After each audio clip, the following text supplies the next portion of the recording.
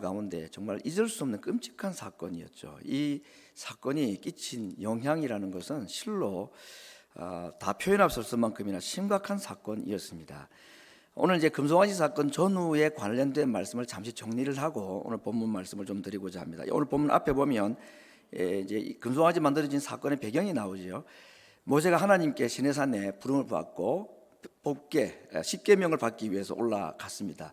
하도 오랫동안 내려오지 않으니까 백성들이 아론에게 하나님을 만들어 달라고 그랬습니다. 아니 진짜 하나님 만들어 달라고 그랬습니까? 우리를 애굽에서 인도하여 낸 그 신이 어디 있느냐, 그 신을 만들어 달라고 그랬습니다. 애굽에서 인도하여 낸 신이 누구죠? 여호와잖아요.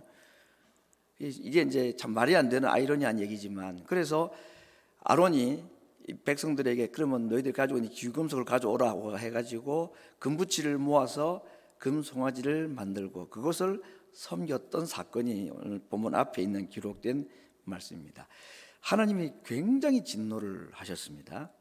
그래서 모세를 빨리 내려가라 그랬습니다. 내려갔더니 난리가 난 거죠. 그래서 그가 이제 오늘 본문까지 해서 보면 32장, 33장에서 한 4가지 정도의 특이한 행동을 합니다. 이 금송아지 사건과 관련된 이 바울의 4가지 반응을 오늘 말씀을 통해서 보고자 하는데, 첫 번째는 들고 왔던 돌비를 깨뜨립니다. 그리고 금송아지를 불태워 갈아서 마시라고 했습니다. 금가루를 마셨으니 몸에는 좋을지는 모르지만 그건 정말 하나님의 엄청난 진노의 말씀이었고, 특별히 돌비를 깨뜨린 사건, 이 십계명 비속 아닙니까? 이걸 깨뜨렸다는 것은 좀 이 모세가 성질이 급해서 성격이 너무 과격해서 그런 거 아닌가 생각이 들 수가 있는데, 여러분 돌비에는 지금 10가지 계명, 특별히 1계명과 2계명은 오늘 금송아지 숭배 사건과 그것이 얼마나 큰 죄인가를 바로 적시해 놓은 그 말씀들인데, 그것이 깨뜨려졌다 하는 얘기는 상징적인 사건이죠. 하나님과 이스라엘 백성들 간의 이 관계가 이제 완전히 깨어졌다. 뭐 결혼으로 말하면 파혼이다 이제는. 그런 정도로 이 돌비를 깨뜨리신 사건은 상징적인 의미가 있는 큰 사건이었습니다. 두 번째는 하나님의 마음에서 하나님이 얼마나 분노하는가를 알았던 이 모세가 나와 함께 할 사람은 내게 가까이 오라고 하니까 12지파 중에서 이 레위 지파가 나왔습니다. 정확하게는 13지파지요. 아무튼 이 레위 지파가 모세 편에 딱 섰다고 그랬습니다. 그래서 나온 이 레위 지파들에게 뭐라고 말했느냐면 사람들을 죽이라. 금송아지 숭배 사건에 가담한 사람들을 다 죽이라고 그랬습니다. 그래서 3,000명을 죽인 사건이 나옵니다. 이거 역시도 좀 과격한 거 아닌가. 하나님은 가만 계신데 모세가 자기가 나서가지고 왜 이렇게 사람을 죽이고 이렇게 하는가. 만약에 그때 하나님께서 이렇게 하지 않았으면 이스라엘 백성들이 몇 명 죽었을까요? 전부 다 죽었습니다. 그때 하나님께서 이렇게 말씀했습니다. 내가 다 죽인다고 그랬습니다. 그래서 하나님의 마음을 모세가 너무나 잘 알았기 때문에 이렇게 하지 않으면 하나님의 진노가 풀어지지 아니할 것이라는 생각 때문에 돌비도 깨뜨리고 3,000명 백성들도 처형을 하는 사건이 벌어집니다. 이렇게 보면 이제 이 모세가 너무 과격하다 생각이 되지만, 그래도 모세는 모세다 싶은 게 그 다음 세 번째 행동인데, 하나님 앞에 기도하는 내용입니다. 32장 31절에 목숨을 건 기도죠. 유명한 기도입니다. 슬프도소이다. 이 백성이 자기를 위하여 금신을 만들어 싸우니 큰 죄를 범하였나이다. 그러나 합의하시면 이제 그들의 죄를 사하시옵소서. 그러지 않으면 원컨대 주의 기록하신 책에서 내 이름을 지워버려 주옵소서.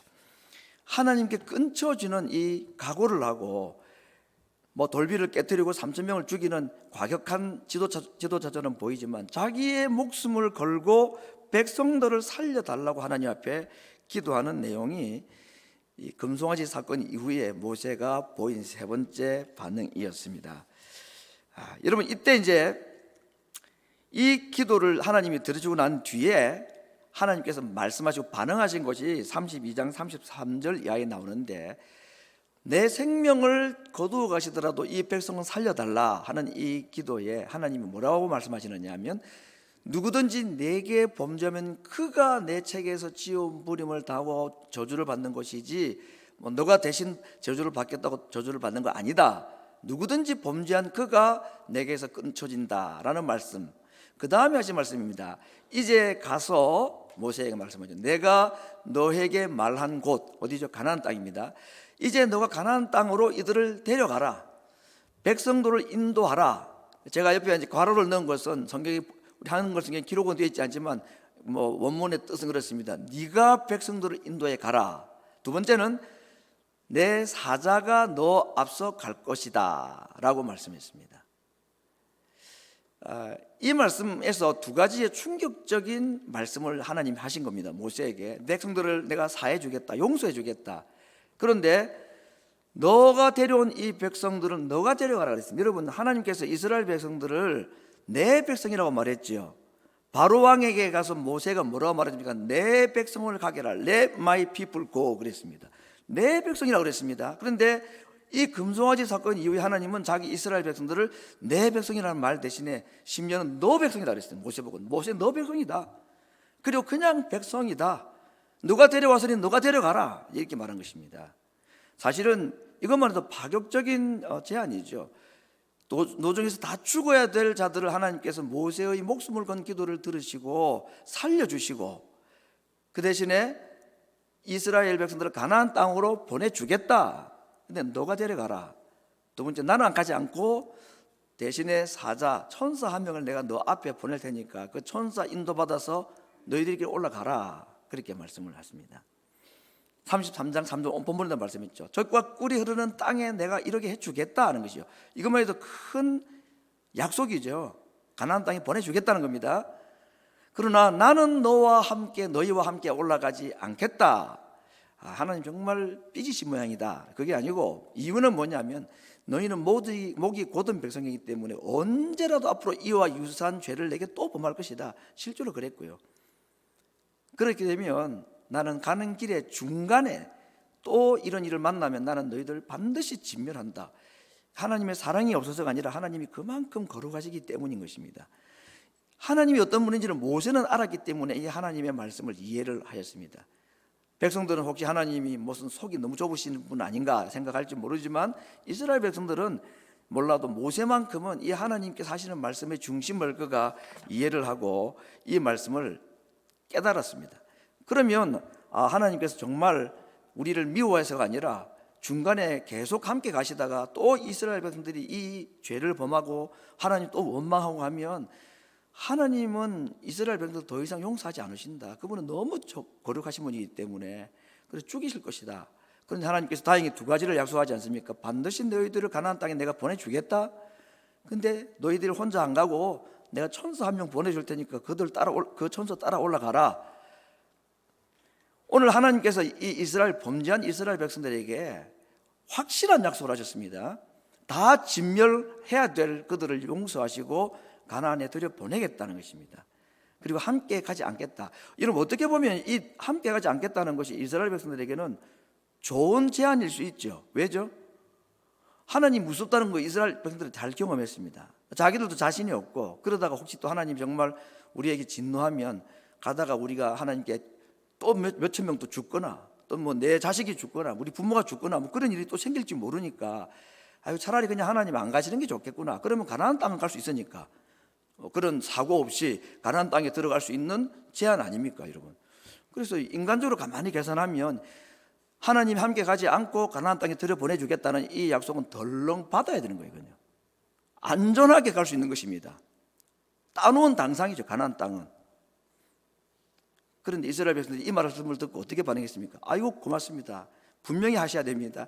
분명히 가나안 땅에 보내준다고 하셨죠. 뭐 안 가시는 것까지는 어떻게 하겠습니까? 하나님이 가기 싫으면 안 가시는 거죠. 이렇게 안 했다는 겁니다.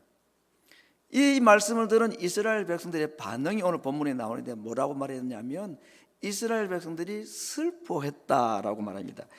크게 슬퍼했다. 이 크게 슬퍼했다는 말은 참 하나님 마음이 안 좋으시구나 이게 아니고 이 슬퍼하다는 단어의 좀 더 좋은 표현은 통곡했다는 말인데 이 단어가 어디에 사용되냐면은 야곱이 자기 사랑하는 아들 요셉이 죽었다는 소식을 들었잖아요. 형들이 거짓말로 팔고 그 옷을 찢어가지고 짐승의 피를 내가지고 옷에 묻혀서 아버지의 아들 요셉 옷 아닙니까? 짐승이 죽였나 봅니다 하는 그 소식을 들었을 때의 야곱이 했던 반응이 오늘 이스라엘 백성들이 나는 너희들과 가지 않겠다는 이 말씀의 반응과 동일한 단어를 사용하고 있습니다. 야곱이 그때 어떻게 했습니까? 통곡을 했다 그랬습니다. 울었어요. 그러한 마음으로 이스라엘 백성들이 하나님께 함께 가지 않으시겠다는 하나님의 말씀을 듣고 민망도 하고 그것이 너무 가슴이 아파서 통곡을 하는 장면을 본문에 기록이 되어 있습니다. 이 장면에서 참 우리에게 너무 귀한 약속이나 또 하나님께 주시는 큰 깨달음이 우리에게 있는 것 같습니다. 가나안 땅 보낸다고 분명히 말씀하지 않았습니까? 그런데 하나님이 가지 않는다는 이 말 때문에 이들은 마치 자기 사랑하는 아들을 잃어버린 버린 야곱의 심정으로 하나님 앞에 그 말씀을 듣고 통곡을 하며 울었다는 것입니다. 이게 무슨 의미일까요? 하나님, 우리는 하나님이 없는 가나안은 필요 없습니다. 가나안이 중요한 게 아니라 우리는 하나님이 필요합니다. 이 순간만큼은 이런 고백을 하게 된 겁니다. 하나님께서 우리에게 너희들의 인생에 필요한 거, 너희 자녀 문제, 가정의 문제 내가 다 책임져 줄게. 다 너희들이 원하는 대로 다 해줄게. 그런데 나는 너희들과 함께 못 가겠다. 그러면 그 제안을 덜렁 받을 사람이 있습니까? 우리 가운데? 오늘 이스라엘 백성들이 보였던 하나님에 대한 이들의 반응이 우리들의 반응과 같아야 되지 않을까요? 하나님 무슨 말입니까? 제가 지금 가나안 달라고 그랬습니까? 제가 돈 달라고 그랬습니까? 이 세상 성공 달라고 그랬습니까? 나는 하나님 필요합니다. 하나님 없는 세상 성공이 무슨 필요가 있고 내게 무슨 유익이 있습니까? 그래서 하나님만 찾는 거, 하나님 외에 다른 건 내 다 잃어버려도 좋습니다. 지금 이스라엘 백성들 순간에 신앙 고백은 바로 그겁니다. 슬피 울고 통곡했다는 것은 하나님 외에 다른 건 다 잃어버려도 좋습니다. 하나님만 계시면 됩니다. 간절한 마음으로 그런 고백을 하게 된 것입니다. 여러분, 하나님께서 이 이스라엘 백성들의 마음을 들었을 때에 어떤 마음이 들었을까요? 이스라엘 백성들이 단장을 하지 않았다 했습니다. 귀걸이도 다 차고 있던 거 벗어놓고 팔찌도 다 벗어놓은 것 같아요. 몸에 단장을 하지 아니하고, 이건 하나님 앞에 자기들이 잘못했다는 것이고, 그 단장품 가지고 만든 게 금송아지 아닙니까 지금? 그걸 다 내려놓고 그 다음에 하나님 앞에 슬퍼하고 통곡하고 있을 때에 하나님께서 얼마나 기뻐하셨을까요? 그런데 하나님께서는 거기에서 만족하지 않으시고 뭐라면 단장품을 없애라고 그랬습니다. 그냥 목에 걸려있는 거 귀걸이 내려놓고 집안에 두지 말고 그거 다 없애라고 그랬습니다. 이 단장품을 없애라는 말씀이 오늘 이스라엘 백성들이 하신 하나님의 첫 번째 반응인데, 왜 단장품을 없애랄까? 이 단장품은 단지 몸에 걸려있는 귀금속이 아니었습니다. 이 단장품이 가지고 있는 상징적인 의미는 뭐냐면 그들 마음속에 금송아지가 있다는 것이었습니다. 이스라엘 백성들이 금송아지를 만든 것은 금으로 만든 것이지만, 재료는 금이었지만 그들이 금송아지를 만든 것은 그 재료 금붙이가 아니고 그들의 마음속에 있는 우상, 그걸 다르면 애굽 생각, 버리지 못한 세상 정신, 버리지 못한 세상 욕심, 그것이 금송아지가 된 것입니다. 마음은 하나님을 섬기고 있는데 그냥 겉으로만 금붙이를 가지고 금송아지를 만든 것처럼 보이지만 하나님은 그들의 마음을 다 보고 계신 겁니다. 지금은 울고 통곡하고 있지만 그들 속에 아직도 버리지 못한 것이 있다는 것이죠. 그게 뭐냐? 마음의 단장품은 못 버린 거죠. 언제든지 하나님을 대신해서 내가 이것을 찾을 수 있는 대용품을 딱 갖다 놓고 혹시라도 안 되면 내가 이걸 찾아야 되겠다. 그들 마음속에 있는 단장품을 제거하라는 말씀이었는데 이스라엘 백성들은 그냥 귀걸이 내놓고 하나님 앞에 회개한 것처럼 생각을 했습니다마는 하나님의 말씀은 그 이상의 의미였던 것을 알 수 있습니다. 왜 그러냐? 하나님 앞에 단장품을 다 제거하고 난 뒤에 하나님 앞에 통곡을 하고 우리는 하나님 가지 않으면 가나안 땅 안 가겠습니다 라고 말하면 하나님께서 기뻐하셔야 되지 않아요? 그래, 그러면 내가 너희들과 함께 가겠다 이래 되는데 아직도 하나님은 내가 너희와 함께 가겠다는 말씀을 하지를 않는다는 겁니다. 왜 그랬을까? 충분히 회개한 것처럼 보이는데 다 귀검석이고 다 내려놓았는데, 그런데 하나님은 아마 정확하게 이스라엘 백성들의 마음을 알고 계셨고 보고 계셨던 것 같습니다. 그 이후에 그들의 하나님 앞에 살았던 삶을 보면 하나님의 말씀이 판단이 정확했던 거죠. 여전히 그들 속에 아직까지도 애굽 생각, 세상 욕심, 그것들이 남아 있었던 것을 아셨기 때문에 하나님께서 내가 너희들과 함께 가겠다, 내가 너희들의 중심을 이제 알았다고 말씀을 하지를 않는 겁니다. 여러분, 이때 모세가 보인 네 번째 반응입니다. 지금 상황이 이 정도까지 되었습니다. 돌비도 깨뜨리고, 그리고 금송아지도 다 없애버리고 3,000명 죽이는 일까지 있고, 자기 목숨을 걸고 하나님께 용서해달라고 기도하고, 그래서 하나님이 마음을 돌이켜가지고 겨우 붙잡으셨습니다. 다 죽이겠다는 그 마음을 돌이켜가지고 이스라엘 백성들을 지금 남겨두셨습니다. 그리고는 이스라엘 백성도 스스로 자기들의 잘못을 깨닫고 통곡하고 다 균붙이고 은붙이고 다 내어놓고, 이쯤 되면 하나님께서도 마음을 돌이킬 줄 알았는데 하나님께서는 무엇 때문인지 내가 너희와 함께 가겠다고 말하지 않고 계속해서 같은 말씀하시는 겁니다. 내가 반드시 너희들을 올려보내겠다. 그러나 나는 가지 않는다. 모세가 깜짝 놀랐을 겁니다. 이 무슨 일인가? 뭐가 잘못됐는가? 하고 이제 네 번째의 기이한 행동을 하나 합니다. 그것이 오늘 본문에 읽었던 내용인데, 자기가 가지고 있던 그 텐트를 가지고 짐 밖에 나가서 세운 것입니다. 그래서 그것을 회막이라 이름을 붙였다고 그랬습니다. 우리 한글 성경은 회막이라고 말하고, 다른 번역 성경들도 모임의 텐트, 모임의 장막 이런 말을 했는데, 그 히브리어 원문으로 보니까 이 회막이라는 한글로 번역된 이 단어와 앞으로 만들어지게 될 성막이라는 단어와 똑같은 단어를 쓰고 있습니다. 성막이 아직 만들어지기 전이죠. 지금 막 금송아지 사건 직전까지 어떤 일이 있었냐? 하나님께서 십계명을 주시고, 그리고는 모든 제사 제도, 제사장의 복장, 성막의 기구들을 상세하게 설명하신 사건이 보면 바로 앞에 있는 이야기인데, 그 말씀을 듣고 이스라엘 백성들이 보인 것은 전혀 엉뚱한 반응이었기 때문에 아직까지는 성막이 만들어지지 않았는데도 불구하고 아마 이거 회막이라는 이름으로 되어 있는 것을 이 모세는 성막이라고 이름을 붙이고 싶었던 모양인 것입니다. 오늘 진 바깥에 회막을 설치한 이 모세의 심정, 제가 이것을 2018년도 10월 달에 설교했던 본문입니다. 그때는 제가 이 제목을 했습니다. 그러면 옆에라도 계셔 주십시오. 이게 오늘 본문 설교로 했던 3년 반 전에 제 설교 제목이었는데, 오늘은 제가 제목을 다르게 하고 조금 내용도 좀 다르게 합니다만은, 저는 그때 이 짐 바깥에 회막을 설치하는 이 모세의 모습을 보면서 제 마음속에는 참 큰 깨달음과 참 좋은 의미의 충격적인 깨달음이 있었습니다. 모세가 왜 그랬겠을까? 그 이유는 진 안에 하나님이 계실 수 없다는 걸 알았습니다. 이미 진이 더럽혀졌다고 그랬습니다. 땅이 더러워진 겁니다.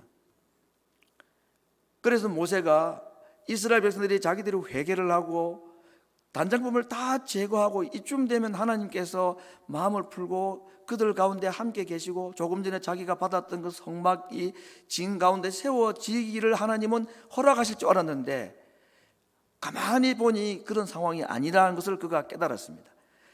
급히 자기의 텐트를 가지고 밖으로 나갑니다. 그리고 그 진 바깥에다 세우는 것입니다. 여러분, 이스라엘 백성들 진 바깥, 그러니까 잘 우리 감이 안 잡히는데, 지금 이스라엘 백성 출애굽 인구가 한 200만 명 정도 된다고 우리가 추산하지 않습니까? 그렇죠? 한 200만 명의 대군들이 그냥 우리 캠핑하는 텐트를 생각해 보십시다 한번. 그 텐트 요즘 굉장히 컴팩하게 잘 나오지만 그 당시만 해도 짐승의 가죽으로 만들었는데 부피가 적지도 않을 거고, 한 가족이 4명이 들어간다고 해도 텐트 하나고, 보통 4명입니까? 보통 야곱 같은 거 12명 킨다고 이러니까 사람이 얼마나 많았겠어요. 한 가족이 텐트 몇 개씩 가지고 이동했을 거란 말이죠. 그러면 200만 명 인구가 텐트를 치면 그 넓이가 얼마만큼 될까요? 그 공간이 몇 마일이 될 겁니다. 또 사생활도 있는데 바로 옆에 딱딱딱 할 수 있나요? 다 좀 멀찍이 띄워지기도 하고, 이러다 보면 그 반경이 굉장히 넓어요. 짐 바깥에 회막을 세웠다. 걸어가는 시간만 해도 몇 시간 걸렸을 겁니다. 모세가 급히 자기의 텐트를 가지고는 짐 바깥으로 나갔습니다. 얼마나 걸었는지 걸어서 나가서 짐 바깥에다가 텐트를 딱 세우고 뭐라고 이름 붙이느냐? 이거 내 장막, 내 텐트로 말하지 않고 회막이다. 모임의 텐트다. 하나님이 계시는 곳이다. 그렇게 이름을 붙인 겁니다. 과연 이 모세의 마음을 하나님이 받아주신 것 같아요.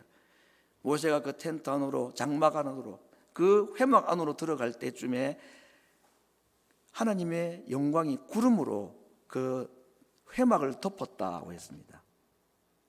나중에 성막이 만들어지고 나면은 불 기둥과 구름 기둥이 계속해서 성막 위에 머물게 되는 것을 우리가 알고 있는데, 그러한 일들이 이 회막에 일어난 사건이었습니다. 그리고 모세가 그 회막 안으로 들어갈 때에 하나님께서 그를 만나 주시는 장면을 이스라엘 백성들이 눈으로 보았다고 그랬습니다. 그리고 하나님과 모세가 서로 대화하는 것이 마치 친구처럼 서로 대화를 하는 것까지 그들이 보았다고 그랬습니다. 그리고 이스라엘 백성들은 모세가 텐트 안으로, 회막 안으로 들어가는 그 순간 하나님께서 그에게 영광의 구름으로 임하시고 하나님이 모세와 대화하는 그 장면을 멀리서 본 이스라엘 백성들이 전부 자리에 일어났다고 그랬습니다. 그리고 그 하나님께 경배를 하였다라고 기록을 하고 있습니다. 이스라엘 백성들은 감히 하나님이 계신, 모세가 만난 그 하나님이 계신 곳으로 가는 것을 두려워했던 것 같아요. 자기들은 죄인이고 도무지 갈 수 없는 것을 깨달은 것 같습니다.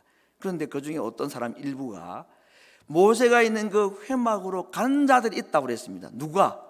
여호와를 앙모하는 자들이 그랬습니다. 이 앙모한다는 말은 물건이나 사람을 잃어버렸을 때에 간절히 찾는 장면을 말하는 겁니다. 혹시 여러분 아기를 여러분 자녀들이 조그만 아기였을 때에 뭐 시장에서든지 뭐 길거리에서든지 잠시 손이 놓쳐가지고 잠시라도 잃어본 적이 있습니까? 완전히 잃어버리지는 않았다 할지라도 아마 있을 겁니다. 저도 그럴 뻔했었습니다.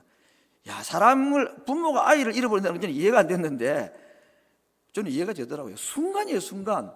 뭐 몇 초만 지나면 그냥 어디 간지 몰라. 따라오는 줄 알았는데 안 따라오는 거죠, 이게. 그때 찾는 거 말입니다. 잃어버린 자식을 찾는 그 부모의 마음, 그 마음을 가진 자들은, 하나님을 앙모하는 자들은 자기 텐트에 머물러 있을 수가 없어서 모세와 대화하는 친구처럼 말씀하시는 그 하나님 앞에 겁없이 담대하게 나아갔다 그랬습니다. 모세를 저렇게 친구처럼 대해주시는구나. 나도 하나님을 앙모하고, 그러면 하나님 찾고 싶은 마음으로 가는 사람들, 그런 사람들은 몇 명인지는 모르지만 몇 마일을 걸어서, 몇 시간을 걸어서 그 여름 떼약볕에 사막 기후에 그 목이 마르는 고통을 당하면서도 앙모하고 하나님 만나고자 하는 자들은 자기 텐트를 떠나 회막에까지 갔다라고 말하고 있습니다. 오늘 우리가 이 하나님께서 모세가 만든 회막 가운데 임재하시는 장면을 통해서 오늘 하나님의 마음, 하나님의 사랑을 좀 살펴보고자 합니다. 이스라엘 백성들 가운데 아직까지는 성막이라는 것이 만들어지지 않았습니다. 지금 막 성막을 만들 모든 준비가 다 되고 있는데 엉뚱한 금송아지 사건이 터져버린 겁니다. 그래서 성막 설치 계획은 온데간데 없고 다 그냥 없어지는 계획으로, 대신에 하나님께서 이스라엘 백성들을 다 죽이시겠다 그럴 때에 모세 기도를 통해 그를 살려주시고 대신에 천사를 통해서 가나안 땅에는 들여보내주겠다 할 때에 회막을 설치한 이 모세를 통해서 하나님께서 이스라엘을 떠나지 않으셨던 것입니다. 회막을 진 바깥에 세운 모세의 심정은, 하나님이 이 땅이 더러워져서 우리 가운데는 계시지 못하시는 거 제가 잘 알겠습니다. 그러나 떠나지는 말아 주십시오. 우리 옆에라도 계셔 주십시오. 그리고 그 텐트를 바깥에 세우고 모세와 같은 마음으로 하나님을 앙모하는 자들이 하나님을 찾아 나간 것입니다. 우리 안에 들어오시기가 그러시다면 저희들이 나가겠습니다 하고 찾아간 이 회막에서의 만남, 하나님께서 이들의 몸부림을 얼마나 귀하게 보셨을까. 그래서 하나님께서 이 이후에 모세가 또 한 번 더 간절히 기도할 때에 마지막 약속도 이제 다시 해주십니다. 그러면 내가 너희와 함께 가겠다 하고 하나님이 마침내 이스라엘 가운데로 들어오시는 장면입니다.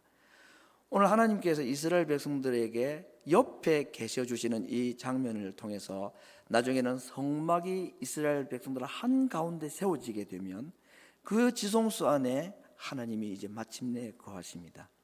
그리고 하나님께서 계속해서 우리들 마음을 지성소로 삼으시고 우리와 함께 계시는 약속을 하셨습니다. 예수님께서 자신의 육체를, 자신의 장막을 취하여 영문 밖에 나가서 찢으시고 그 주님의 육체의 찢어짐을 통하여서 우리가 하나님으로부터 찢어짐 당하지 아니하고 우리 안에 하나님이 계시도록 해 주신 사건 때문에 오늘 이스라엘 백성들 진 옆에 계셨던 그 하나님이 오늘 예수님 때문에 우리 안에 들어와 계실 수가 있었던 것입니다. 제가 하나님의 처소 이동 경로라는 이야기로 한번 도식을 만들어 보았습니다. 꼭 이렇다고 볼 수는 없지만 그러나 전혀 틀리지 않은, 하나님이 눈에 보이지 않는 영이시기 때문에 어디 한 곳에 계신가? 어느 한 곳에 계시죠. 하나님은 모든 곳에 계시지만 아무 곳에나 계시지 않습니다. 내 이름을 두겠다는 장소를 정해놓으셨습니다. 장소를 굉장히 중요하게 생각하셨습니다. 하늘나라 계셨던 그 하나님이 에덴 동산에 아담 하와와 그 이후에 하나님은 이스라엘 백성들 가운데 시내산에 강림하셨다고 했고, 오늘 본문이 지나고 난 뒤에 만들어진 회막, 짐승의 가죽으로 만든 천막 지성소 안에 하나님이 계신다고 그랬습니다. 그리고 나중에는 성막이 만들어지고 솔로몬을 통해서는 영원히 이동하지 아니하는 영원 건물로 성전에 계셨습니다. 그러나 성전도 500년이 지나지 않아서 다 무너지고 말았고, 그 이후에 하나님은 이제는 보이지 않는 영으로 오신 것이 아니라 눈에 보이는 육체를 입고 이 땅에 내려오신 사건이 성육신 사건이고, 그리고 그분이 죽으시고 부활하심으로 말미암아 다시 성령으로 내 마음에, 내 안에, 그 다음에는 우리 안에, 이것이 교회죠. 참 성전은 우리 마음속에, 내 마음이 하나님이 계시는 성전이라 그랬고, 그 다음에는 우리들 가운데 하나님이 계시는 그곳이 하나님이 거하시는 초소라고 에베소에서 말씀을 했습니다. 마지막 우리의 하나님이 거하시는 장소로 천국, 저 하늘나라를 우리를 인도하셔서 이제는 하늘에서 내려오신 예수님이 우리를 데리고 다시 자신이 계신 천국으로 인도하시는, 이것이 하나님의 이동 경로, 초소 이동 경로라고 볼 수가 있습니다. 지금 우리는 이 마지막 천국 가기 전에 있는, 지금 이 땅에 있는 내 마음의 천국, 그리고 내 안에 계신 그 하나님이 우리 안에 계시는 것을 경험하는 것은 정말 천국을 더 확실하게 경험할 수 있는 것이죠. 히브리서 13장 이하에 있는 몇 군데 말씀을 제가 소개를 하겠습니다. 지금 하나님은 어디 계신가? 그런즉 우리는 그의 능력을 지고 영문 밖으로 그에 나가자. 예수님은 자신의 육체, 자신의 장막을 영문 밖에서 찢으심으로 말미암아 우리를 예수님 안으로 들어오게 만들어 주셨습니다. 고린도전서 6장 19절에 너희 몸은 너희가 하나님으로부터 받은 바 너희 가운데 계신 성령의 전인 줄을 알지 못하느냐. 우리 몸이 예수님, 성령이 계시는 성령의 전이라고 말씀했습니다. 그러므로 지금 하나님의 초소는 어디에 있습니까? 우리 몸에 있다라고 말씀했습니다. 고린도후서 13장 5절에도 너희가 믿음이 있는가 너희 자신을 시험하고 너희 자신을 확정하라. 예수 그리스도께서 너희 안에 계신 줄을 너희가 스스로 알지 못하느냐. 그렇지 않으면 너희가 버리온다니라. 이건 무슨 저주의 말씀처럼 보이지만 오히려 약속과 희망의 말씀입니다. 왜냐하면 너희들이 아무리 범죄했다 할지라도 너희 속에 예수님이 계시다는 것은 확실하지 않느냐라는 말입니다. 고린도 교회가 정말로 하나님 앞에 형편없는 모습이었죠. 아마 이스라엘 백성들하고 거의 유사했거나 그보다 더 했던 것 같아요. 저런 교회가 하나님이 계실 수 있는 곳인가 싶을 정도로 세상 사람들도 짓지 않는 죄가 너희들 가운데 있다, 이렇게까지 말을 했습니다. 그런데 바울은 그들을 저주받은 백성으로 말하지 않고 뭐라고 말했냐? 너희 안에 예수님이 계신 줄을 너희들이 왜 깨닫지 못하느냐? 그건 못 깨달으면 너희는 버려온 자다. 그러나 아무리 범죄했다 할지라도 하나님이 너희 가운데, 예수님이 너희 가운데 계시다는 사실은 기억해야 된다 하고 그들의 잘못을 지적하고 돌이키기를 쓴 것이 고린도 전후서의 말씀이죠. 그러므로 오늘 이스라엘 백성들이나 오늘 우리들에게나 고린도 교회나 마찬가지입니다. 하나님이 에덴 동산에서부터 출발하셔서 지금은 이 땅에 오실 뿐만 아니라 성육신하신 예수님이 부활하신 이후의 영으로 내 안에 들어와 계시다는 겁니다.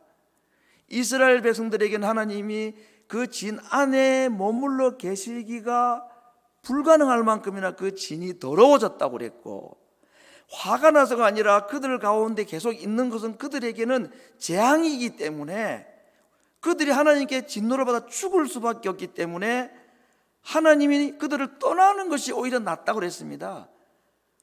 그래서 대신 천사를 보내주겠다는 거 아닙니까? 이건 하나님으로서는 당시 이스라엘 백성들에게 베푸신 최상의 약속이었습니다. 하실 수 있는 가장 좋은 제안을 하신 거였죠.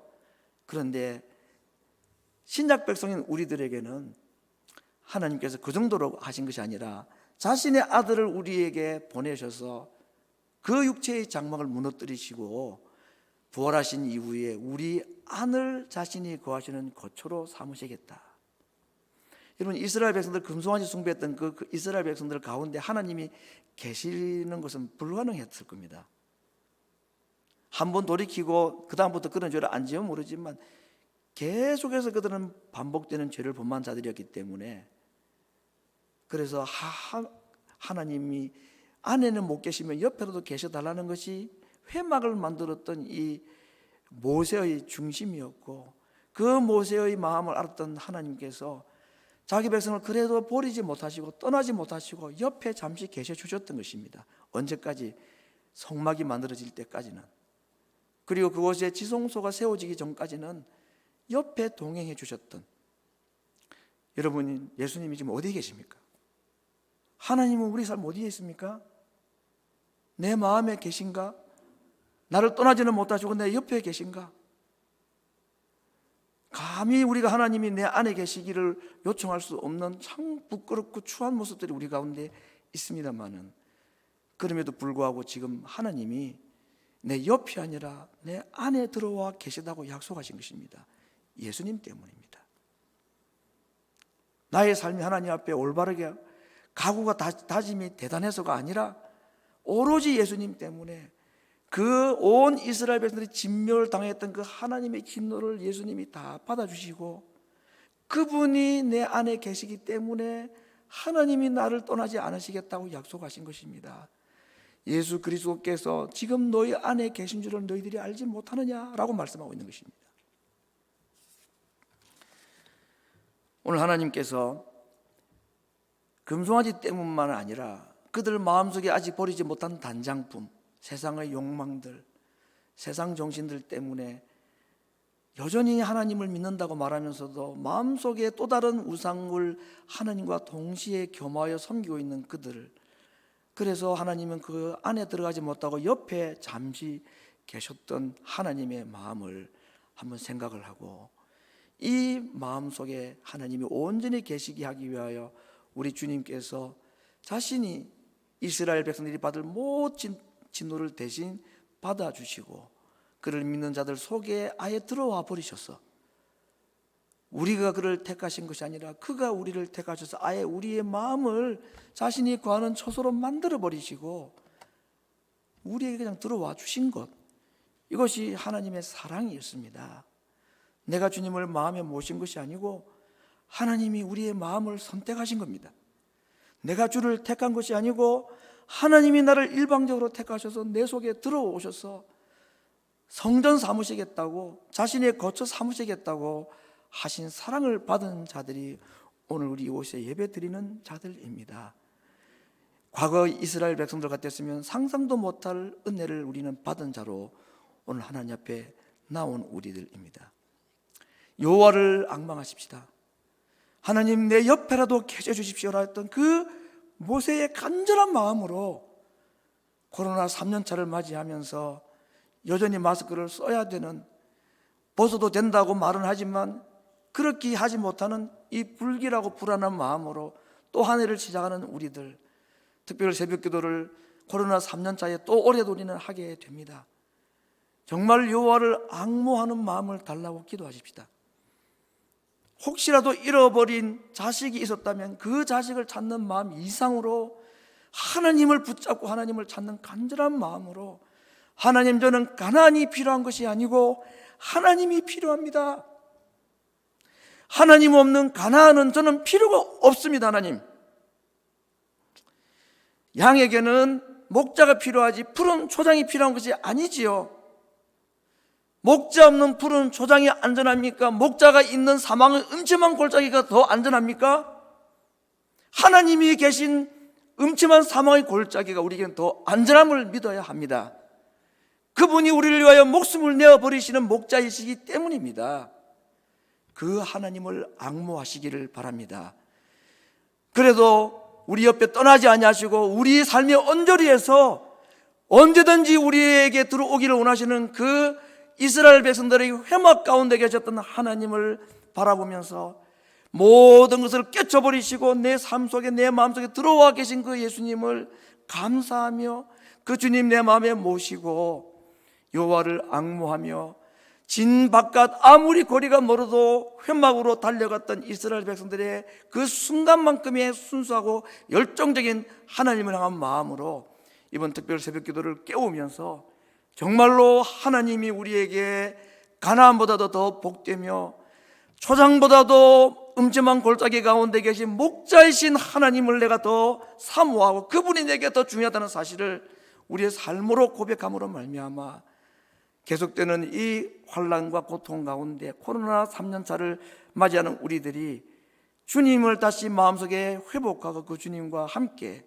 남은 인생 안심하며 주님의 인도하심을 받는 가나안 땅이 아니라 하나님을 찾고 여호와를 찾는 믿음으로 이번 특별 새벽 기도를 깨우면서 그 주님과의 관계가 다시 온전하게 회복되는 은혜라 모든 성도들 가운데 충만하기를 말씀으로 축원합니다. 우리 같이 한번 기도하겠습니다.